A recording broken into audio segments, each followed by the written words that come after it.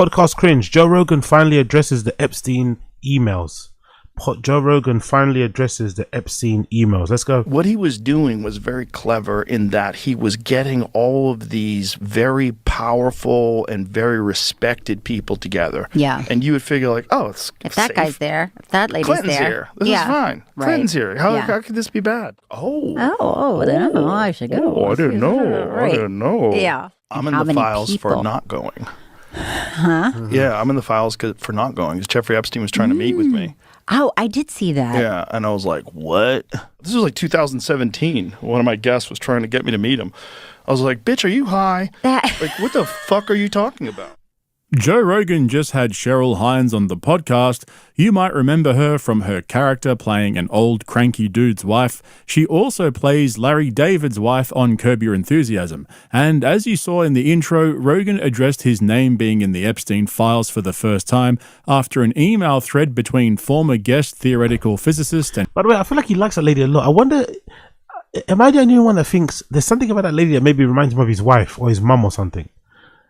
Rogan has a particular type of woman that he's kind of like, he usually bonds well with. He has good chemistry with, you know?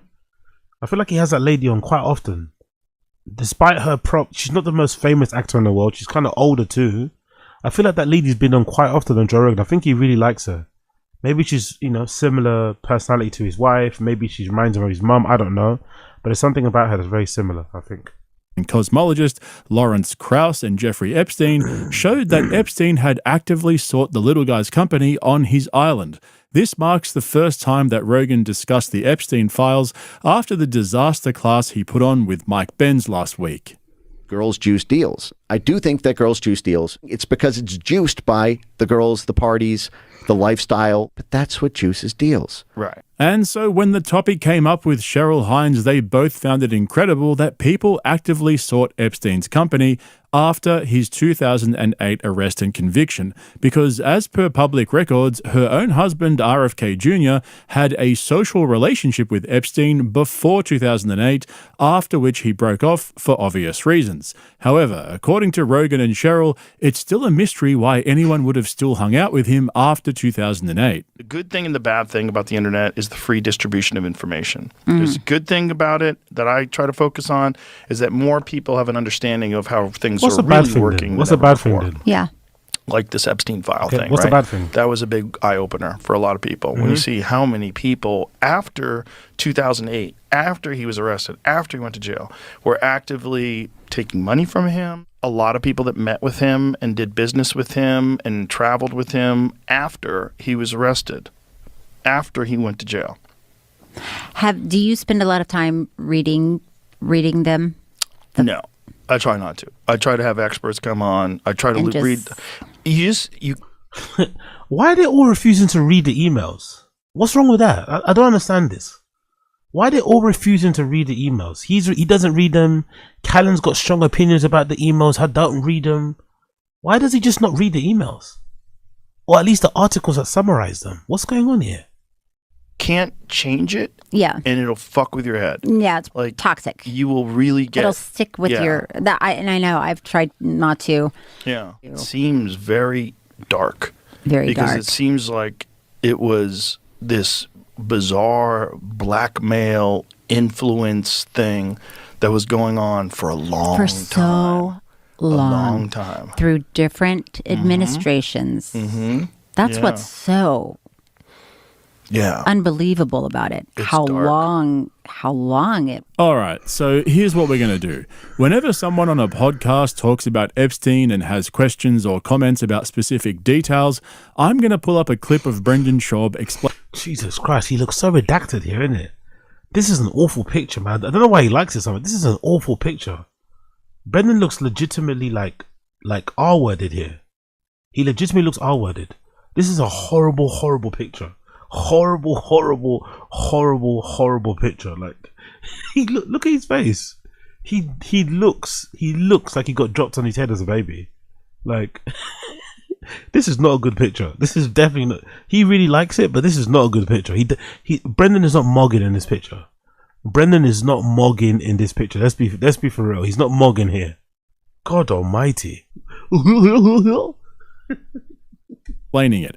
Think of it kind of like that movie The Big Short, where they would cut to a celebrity explaining a complex financial instrument or concept and then jump back into the movie. So here's Brendan Schaub explaining why the rich and powerful elites still chose to hang out with Epstein after his 2008 conviction and why nothing was done about him over successive administrations.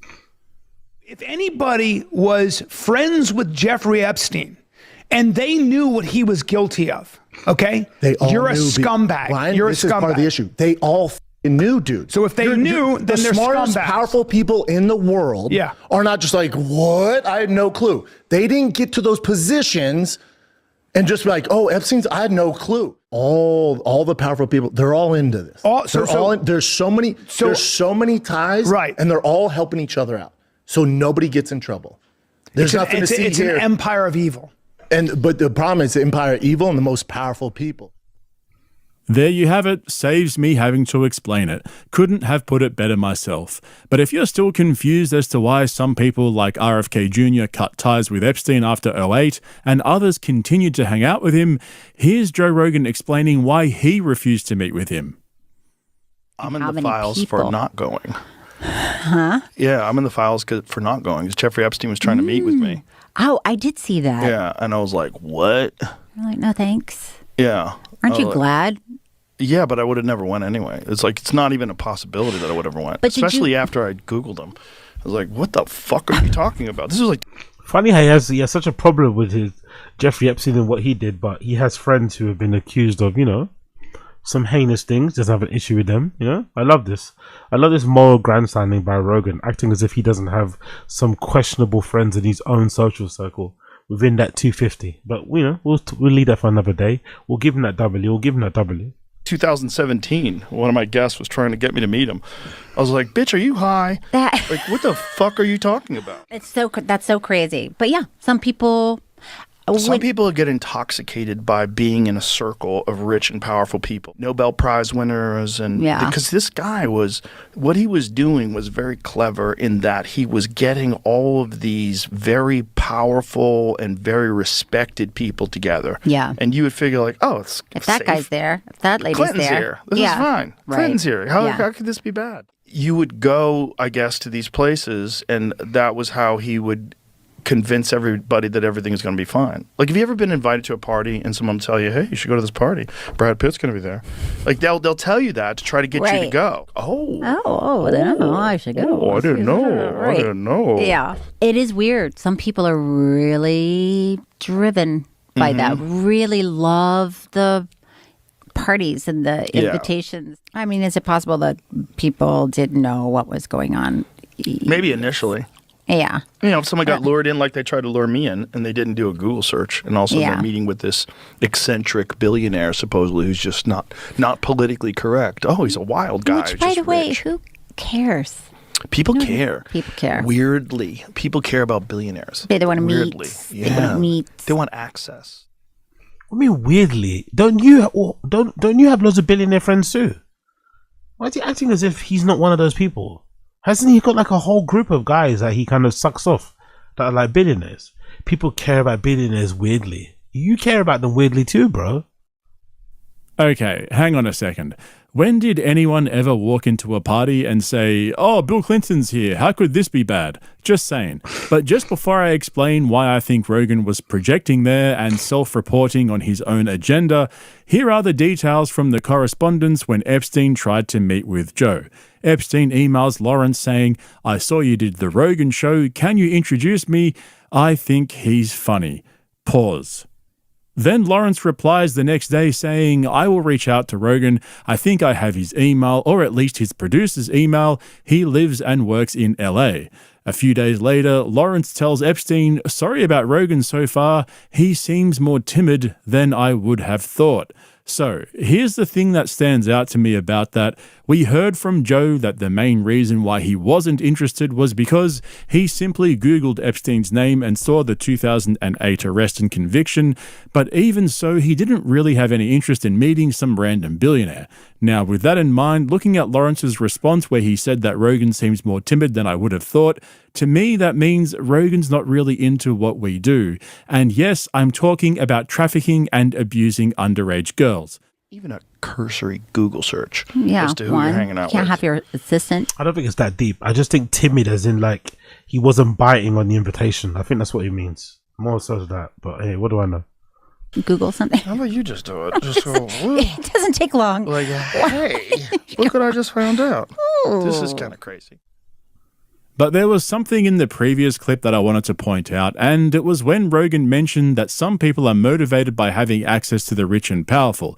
He said, people care about billionaires, they want access. Now, I'll give Joe credit for doing the right thing and actually Googling Epstein before blindly going on a date with him, but Rogan is just as guilty as anyone else. Exactly, look at that. Look at all the fucking billionaires, adjacent people that he said. Look at that.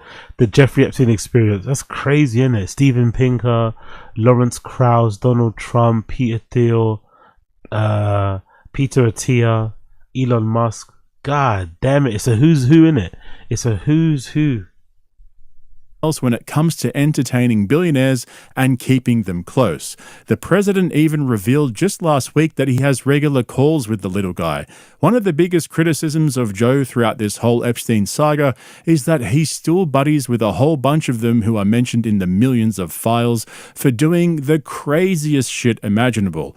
Yet for some reason, Joe changes the subject whenever someone brings up Peter Thiel and refuses to acknowledge that he's in regular contact with a bunch of other guys in the files. My personal opinion is exactly what Rogan was just saying. He keeps them close for the access. Rogan likes to think that he has a seat at the table, even if he needs a booster seat. Who wrote that? So I think it's a little bit rich of Podcast cringe, man. Like, why go on for this, man? Is this on purpose? You think he's doing this cringy stuff on purpose with these jokes? Is he doing this cringy stuff with these jokes on purpose too? What the fuck is this? Are you laughing at your own jokes now? Who wrote this? What? Come on, podcast cringe, brother. Please, I beg of you. You need to relax.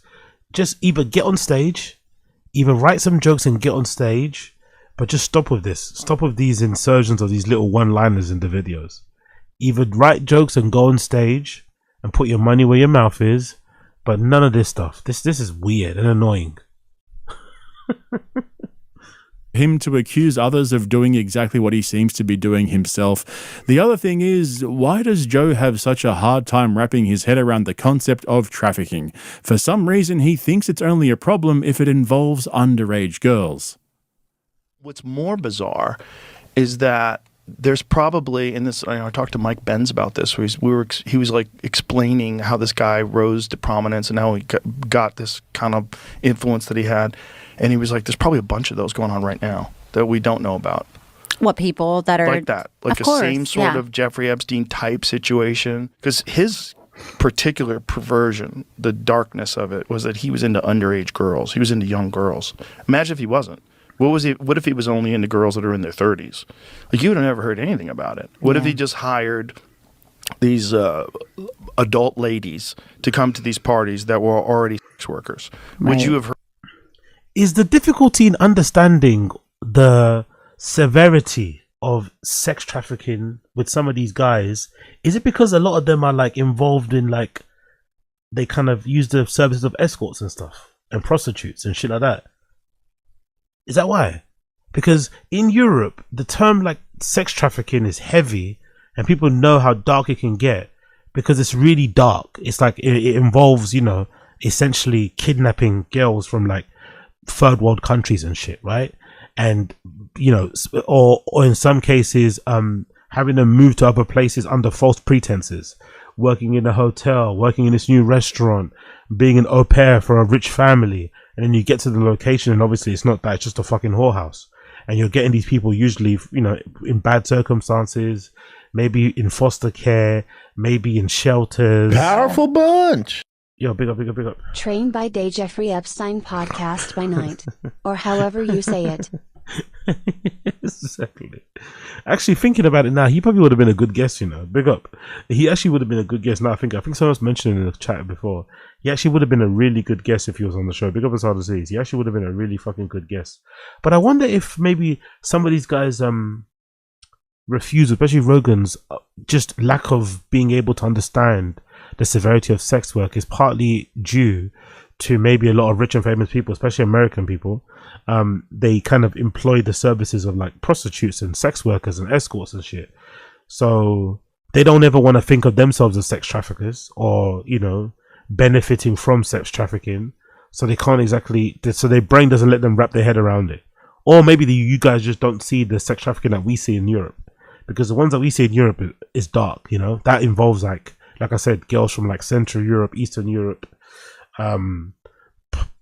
far-flung places basically, who are down bad and who get basically smuggled into countries, passport taken from them, abused, you know, living in horrible conditions, put through fucking hell and high water, and involved in the underworld, you know, compromised, blackmailed, all this sort of nonsense, man. So sex trafficking is, you know, it's awful. It's an awful fucking crime. Awful fucking crime. But it's funny that these guys, especially Rogan, can't wrap his head around it because maybe, you know, a lot of his friends, maybe him in the past has maybe enjoyed the, you know, the company of a lady friend or something, a paid lady friend. Heard anything about this? No. And that's the thing. Like, is that happening right now? Right. But if that guy was not into that, if he was not into high school girls, right? Like, if he was just into grown women who were workers, and he ran the same operation exactly the same way, it could probably go on to this day. Yeah. And if everybody kept their fucking mouth shut, and if all these guys, you know, oh yeah, I mean, look at some people that are in the. Bro, that's still trafficking. It doesn't matter if they were women or girls. They weren't workers, they were being trafficked. Epstein had people traveling around the world finding women and girls who were vulnerable, and they would blackmail them and coerce them into doing the worst things imaginable. Joe really needs to clean that shit up because that's a massive blind spot for him. The thing is, I don't get what's so hard to understand about that. They weren't willing participants. It was an illegal trafficking ring. Actually, you know what? Here's Brendan Schaub explaining what trafficking is. You have a gun? Insane. Yo, big up Mr. Mace. Oz, is it possible to change your settings so I can listen to RS recordings on lock screen like other premium vids for mobile? Oh, Is that possible? Yeah. Sorry. I forgot to upload the fucking unlisted episode. Please forgive me. I'll upload every episode, the unlisted ones, as soon as this episode's finished.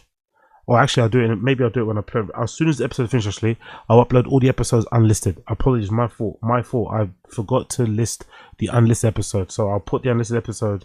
The unlisted episode will be in the it'll be in the description, or like I did last time. There'll be a link to an unlisted episode of the rewind. Sorry, ADHD brain. Let me talk clearly.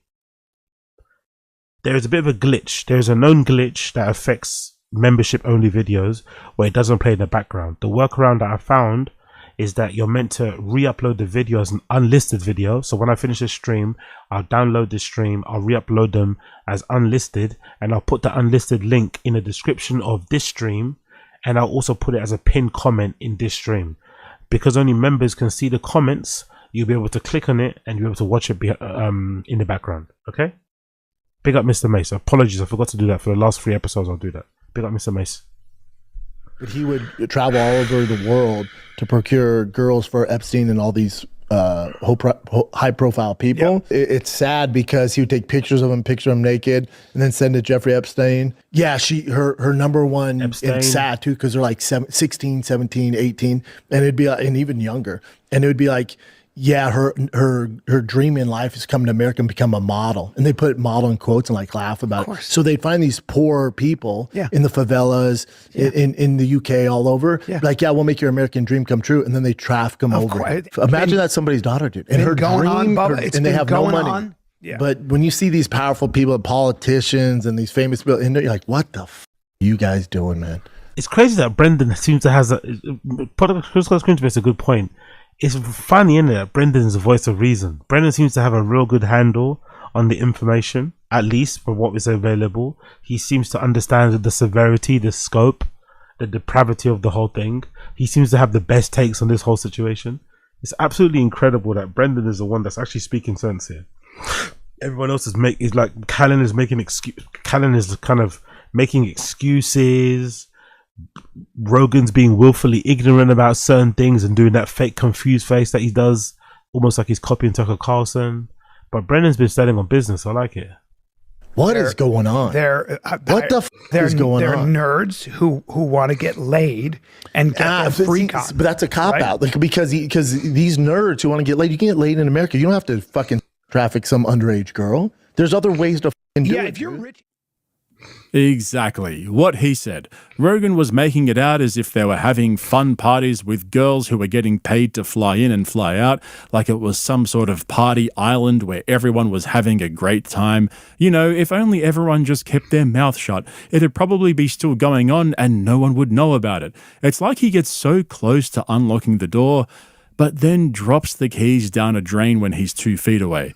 Joe keeps framing it like the mystery is why people would still hang out with Epstein after 2008, when it's so obvious that is exactly why they chose to hang out with him after 2008. It's not some fucking mystery, it's obvious. Joe even figured it out himself, and he's just some meathead comedian with a podcast.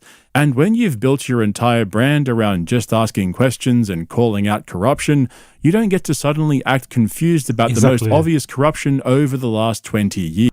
Exactly. If you're at Podcast Cringe, I don't know what's going on with Joe lately. I don't like this fake confusion thing that he's doing, this act that he's pulling. I don't get it. I really don't get it. I don't like it. I don't get it. I don't like it. I don't get it. I don't like it. But hey, big up him, I guess.